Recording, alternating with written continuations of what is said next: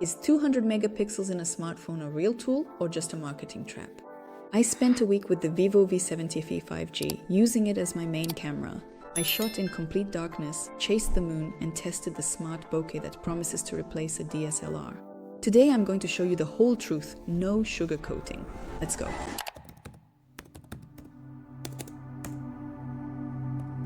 Before we get to the footage, let's take a look at the hardware. The main module is a monstrous 200 megapixels with an aperture of 1.9 and optical image stabilization, OIS.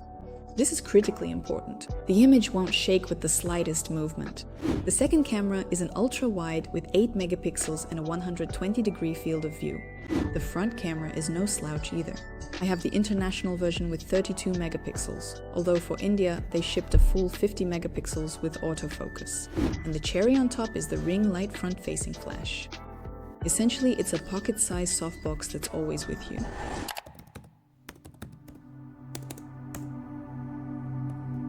Nighttime is the toughest test, and VIVO has prepared a whole arsenal of technologies for it. Honestly, for night mode, the scene looks really impressive. You can see details in the shadows, and even the stars have come out. It feels like I was shooting on a well-lit street, even though in reality it was almost completely dark. Supermoon. Unfortunately, the moon was not visible that night, but the sky turned out to be very atmospheric.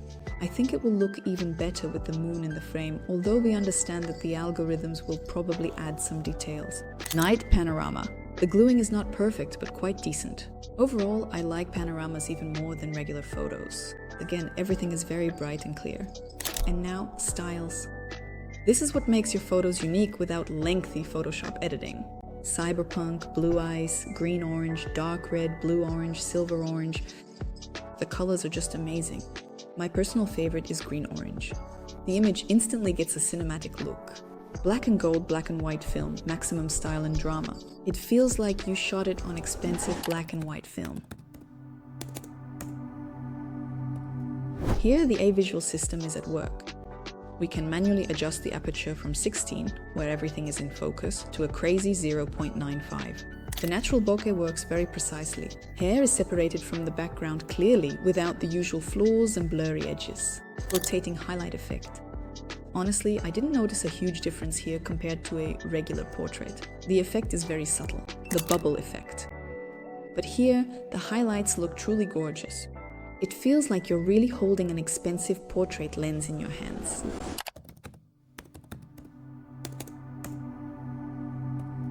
Here, you can adjust the focal length from 16mm to 115. And let's take a look at the zoom.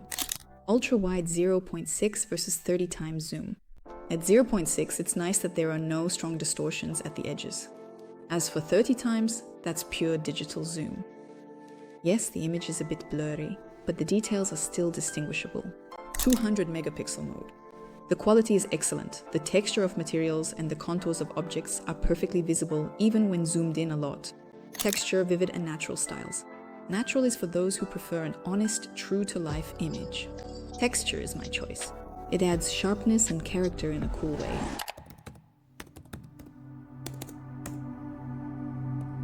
"4K walking test."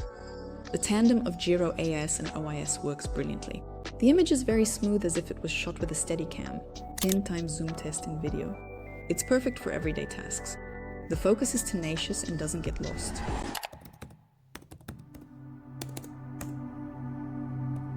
For those who don't want to bother with editing, there's a mini movie mode with ready-made presets. The food and travel modes are a godsend for reels and shorts. The smartphone automatically selects music and creates dynamic cuts. The sport and night modes look bold. It's cool that the system itself knows exactly when to add slow motion.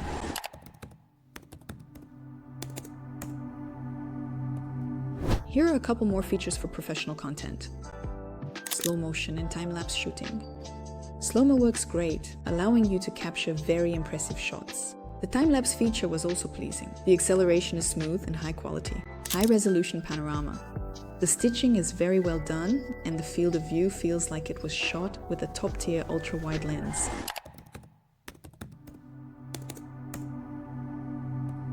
Is the VIVO V70 FE worth your attention? Let's get down to the facts. Iron. Plus 200 megapixels of detail is powerful. The downside is that files eat up memory very quickly. Night. Plus, the styles and aura are top-notch. Cons. Sometimes the sky looks too light.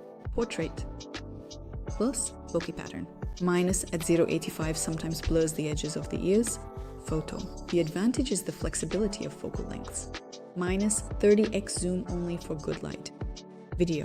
Plus, stabilization. Cons. No 4K 60 FPS mode. Mini movie. Plus ready-made content without effort. Minus, the templates get old pretty quickly. My verdict. If you're a mobile photographer, this is a beast. If you're a professional videographer, you might miss having 60 frames per second in 4K, but for its price, this camera delivers. And what do you think? Write in the comments.